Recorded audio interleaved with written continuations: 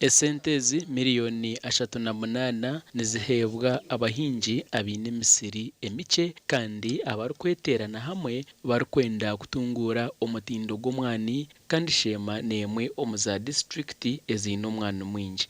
Twara umugisha gwo kuhereza abantu checks zabo zisenti abwa premium kandi kiri kihanga icyo kiri gukora hamwe akuba abantu banyuma yo keza kubarondana bakakora hamwe kitiyambere kufune senti.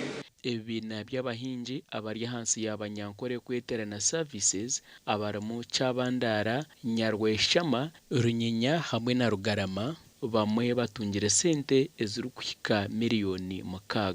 So nyona ni bahabura kumara kwata ka senti ka premium haka ukara bene kingana mwiyeza mwi activities zanyu tikujanga mutakakora emirimo yanyu ko ka list twantu zo mu season mbwene hati niwe ushange ngarunya ko farmers association oyigurire nangwa tani yo mwana tutaka kwire sente. That is the beginning. Ebine bibishabirwe kugumana bironda bebembezi abari abahwere nk'abahingi inji bitu abacyabandara ababire nabagire byabanaga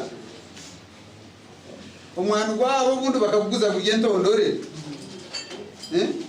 ninga bakakuguriza mu mbuga hatecho bishemiye kubantu gira ki netucyeneza muronda bebembezi abo kubasa kubayamba chairman ukubasa umemba ninga chairman ukubata atakureta mwana mukibira ki naba nakijya mu hato guwa mutwara agasente kajya account unaka premium ogwe nakareka.